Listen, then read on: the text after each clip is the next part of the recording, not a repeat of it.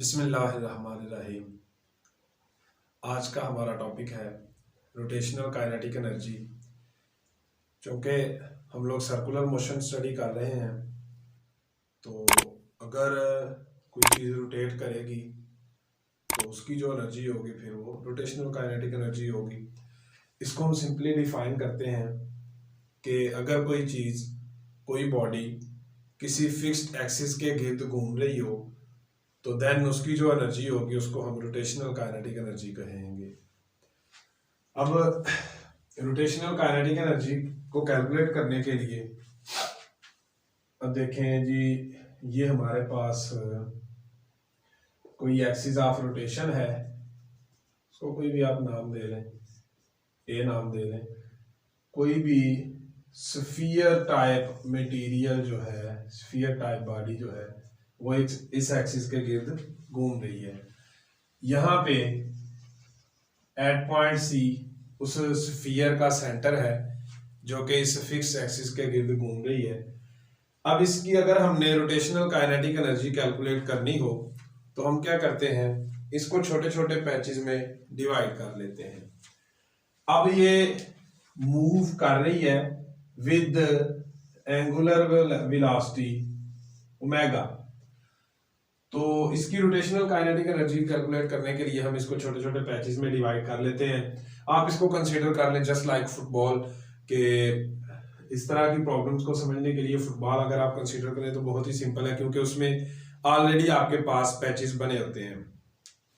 तो फर्ज करें कि उसमें जो उसका एक पैच है फुटबॉल का, उसका मैस m1 है और सेंटर से उसका जो डिस्टेंस है वो r1 है, या आप कह लें एक्सिस ऑफ रोटेशन से उसका डिस्टेंस r1 है। इसी तरह आप एक और पैच कंसीडर कर लें जिसका मैस m2 और डिस्टेंस r2, सिमिलरली m3 और उसका डिस्टेंस r3। आप इसको n नंबर ऑफ पैचेस में डिवाइड कर लें। अब जब आप डिवीजन लेवल पे आ जाते हो, छोटे लेवल पे आ जाते हो पैचेस में, तो इसका मतलब है इनकी काइनेटिक एनर्जी हम देख लेते हैं। काइनेटिक एनर्जी फॉर पैच 1, तो चूंकि हमें पता है काइनेटिक एनर्जी जो है वो हाफ mv स्क्वायर के इक्वल होती है। अब चूंकि हम इसमें बात मैस 1 की कर रहे हैं तो m1 v1 आ जाएगा। अब ये भी हमें पता है कि जो v होती लीनियर वेलोसिटी है v, वो हमारे पास r ओमेगा के इक्वल होती है। तो ये वैल्यू अगर हम यहाँ पे सब्स्टिट्यूट कर दें तो काइनेटिक एनर्जी हमारे पास आ जाएगी m1 r1 ओमेगा का स्क्वायर। जब स्क्वायर ओपन करेंगे तो ये हमारे पास हाफ m1 r1 का स्क्वायर ओमेगा का स्क्वायर आ जाएगा। अब ये तो आगे पैच 1 के लिए, इसको आप किसी भी इक्वेशन का नाम दे लें, इक्वेशन नंबर 1 कह लें।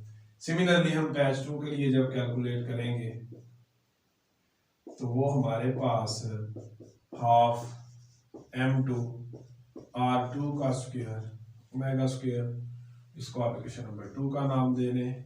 सिमिलरली आप पैच 3 के लिए कैलकुलेट करेंगे half m square m3 square sorry r3 का square omega square, equation number 3 का नाम दे दें। अब जब इसी तरह इसको अगर हम nth पैच के लिए हम इसको कैलकुलेट करते हैं तो हाफ mn rn का स्क्वायर ओमेगा का स्क्वायर, इसको आप कोई भी इक्वेशन का नाम दे लें। सवाल चलती जा रही है। जब हम टोटल काइनेटिक एनर्जी फाइंड करेंगे पूरी बॉडी की, तो इसका मतलब है हम इन सबको ऐड कर लेंगे, सिंपली सम कर लेंगे, तो टोटल काइनेटिक एनर्जी जो मेरे पास आएगी वो आ जाएगी जी kinetic energy of first patch plus kinetic energy of second patch and so on kinetic energy of nth patch. इन सबको अगर हम सम कर लें इंडिविजुअली तो ये हमारे पास टोटल एनर्जी आ जाएगी। तो इन सब की मैं वैल्यूज जब यहाँ पे लिखता हूँ तो आप देखें कि टोटल काइनेटिक एनर्जी जो है वो मेरे पास आ जाएगी हाफ m1r1 का square omega square plus half m2r2 का स्क्वायर प्लस ओमेगा का square plus up to so on half mn/n का स्क्वायर ओमेगा स्क्वायर। तो ये सारी की सारी वैल्यूज, ये जितनी भी ये मेरे पास इक्वेशंस थी वो मैंने इस मेन इक्वेशन में पुट कर दी। तो पुट करने के बाद मेरे पास ये एक्सप्रेशन बन गया, ये जिसको मैंने जी ऊपर अंडरलाइन किया है। अब आप अगर हम इसको मजीद सिंप्लीफाई करें तो आप देखें ज़रा कि इसमें से कुछ चीज़ें कॉमन आ रही हैं। हाफ m1r1 का स्क्वायर प्लस m2r2 का square plus up to so on mn/n का स्क्वायर और ओमेगा स्क्वायर कॉमन आ गया। अब देखें ये जो ब्रैकेट के अंदर है सारी की सारा एक्सप्रेशन आप इसको कह लें तो इसको हम लिख सकते हैं समेशन mi/ri का square where i is from 1 to n and omega square. तो ये सारी की सारी जो ब्रैकेट के अंदर वैल्यू है ये चूंकि हमारे पास मोमेंट ऑफ इनर्शिया i के इक्वल होती है तो हम इसको कह लेते हैं कि जो काइनेटिक एनर्जी आ गई, रोटेशनल काइनेटिक एनर्जी हमारे पास वो हाफ i ओमेगा स्क्वायर के इक्वल आ गई। ये हमारे पास जी रोटेशनल काइनेटिक एनर्जी आ गई किसी भी बॉडी की जो कि किसी फिक्स्ड एक्सिस के गिर्द रोटेट कर रही है। अब हम आगे फर्दर देखते हैं कि rotational kinetic energy of disc and hook. अब इसी एक्सप्रेशन को हम इस्तेमाल करेंगे तो इस एक्सप्रेशन को मैं ज़रा साइड पे कहीं पे लिख लेता हूँ ताकि फर्दर हमारे पास ये काम आ सके। तो जी kinetic energy rotational is equal to half i omega square. अब यहाँ पे जो i है ये आपके पास मोमेंट ऑफ इनर्शिया है। अब सबसे पहले हम कैलकुलेट करते हैं rotational kinetic energy of disc. हम जी डिस्क की रोटेशनल काइनेटिक एनर्जी कैलकुलेट करते हैं। अब देखें जनरल हमारे पास रोटेशनल काइनेटिक एनर्जी का एक्सप्रेशन हमारे पास आया हुआ है तो उसी में हम वैल्यू पुट करेंगे मोमेंट ऑफ इनर्शिया की डिस्क के लिए। तो आप इसमें देखें काइनेटिक एनर्जी रोटेशनल जो कि हाफ i ओमेगा स्क्वायर के इक्वल होता है। अब देखें चूंकि डिस्क के लिए मोमेंट ऑफ इनर्शिया जो है वो हाफ mr स्क्वायर के इक्वल होता है। तो आप ये वाली वैल्यू मोमेंट ऑफ इनर्शिया की अगर यहाँ पे पुट करें तो आपके पास डिस्क के लिए kinetic energy rotational kinetic energy आ जाएगी 1/4 mr स्क्वायर ओमेगा स्क्वायर। ये काइनेटिक एनर्जी आ गई फॉर डिस्क। अगर आप इसको in terms of linear velocity लिखना चाह रहे हैं, यहाँ पे चूंकि ये एंगुलर वेलोसिटी की सेंस में है तो अगर आप इसको लीनियर वेलोसिटी के सेंस में लिखना चाह रहे हैं तो चूंकि r ओमेगा जो है वो लीनियर वेलोसिटी v के इक्वल होता है तो हम इसको इस तरह भी लिख सकते हैं 1/4 mv स्क्वायर। ये हमारे पास रोटेशनल काइनेटिक एनर्जी आ गई डिस्क की इन टर्म्स ऑफ लीनियर वेलोसिटी। अब सेकेंडली हम काइनेटिक एनर्जी कैलकुलेट करेंगे for a hook is just like a cylindrical कह लें आप ज्योमेट्री कि ये आपके पास सिलेंडर की तरह की एक फिगर होती है जो कि अंदर से खाली होती है, दोनों साइड उसकी ओपन होती हैं। तो अब हम रोटेशनल काइनेटिक एनर्जी कैलकुलेट करना चाह रहे हैं ऑफ आ हूप, एक हूप की रोटेशनल काइनेटिक एनर्जी हम कैलकुलेट करना चाह रहे हैं। तो सिंपली हम क्या करेंगे, आप इसमें देखें काइनेटिक एनर्जी रोटेशनल जो है वो हमारे पास इक्वल होती है हाफ आई ओमेगा स्क्वायर के, सॉरी ये हूप के स्पेलिंग्स, हूप चले।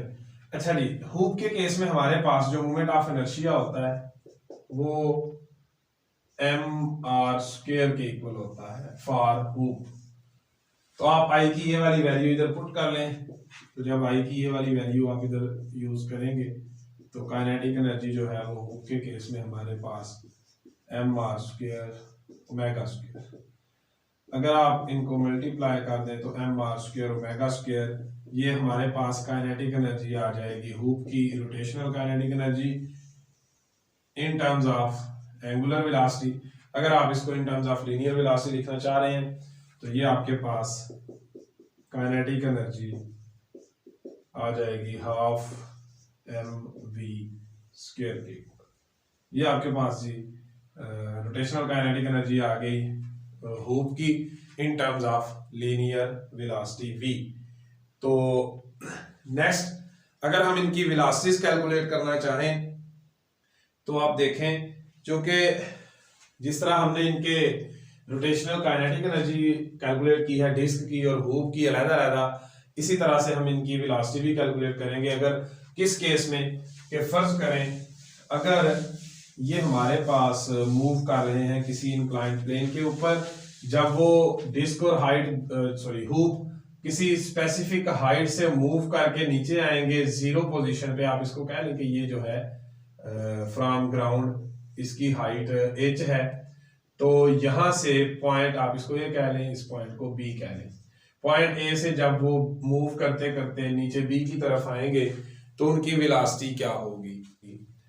अब according to law of conservation of energy जो टोटल पोटेंशियल एनर्जी है वो काइनेटिक एनर्जी के इक्वल होनी चाहिए, टोटल काइनेटिक एनर्जी के।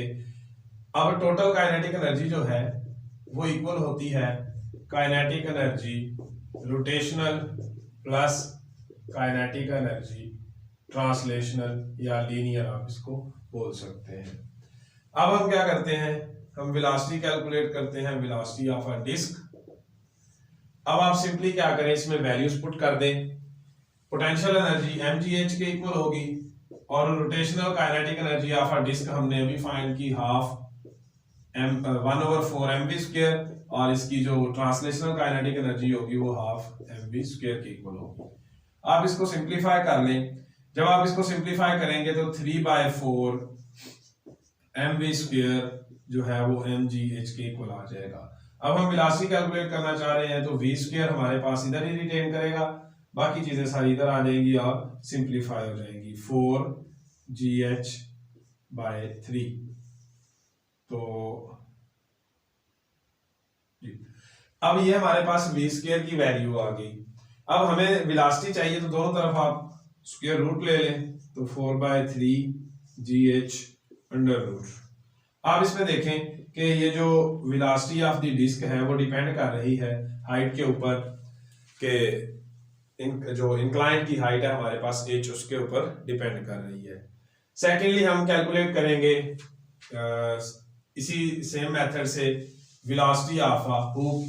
तो हूप के केस में आप देखें वेलोसिटी ऑफ अ हूप के केस में पोटेंशियल एनर्जी सेम mgh ही रहेगी। काइनेटिक एनर्जी रोटेशनल हमने हूप की कैलकुलेट की है हाफ mv स्क्वायर, और उसकी ट्रांसलेशनल काइनेटिक एनर्जी जो है वो भी हाफ mv स्क्वायर है। इन दोनों को आप ऐड करेंगे तो mv स्क्वायर आ जाएगा।